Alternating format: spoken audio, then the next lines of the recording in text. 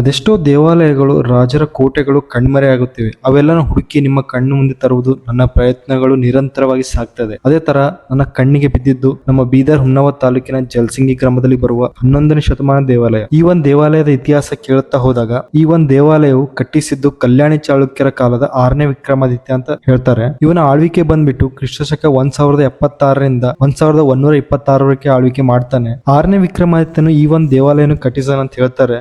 ಅದೇ ತರ ನನ್ ಗಮನ ಹೋಗಿದ್ದು ಒಳಗಡೆ ಸ್ಥಾಪಿಸಿರುವ ಈಶ್ವರ ಲಿಂಗ ಕಡೆ. ಈ ದೇವಸ್ಥಾನ ಇಲ್ಲಿನ ಜನ ಈಶ್ವರ, ಕಮಲೇಶ್ವರ ಹಾಗೆ ಕಲ್ಲೇಶ್ವರ ದೇವಸ್ಥಾನ ಅಂತ ಕರೀತಾರ.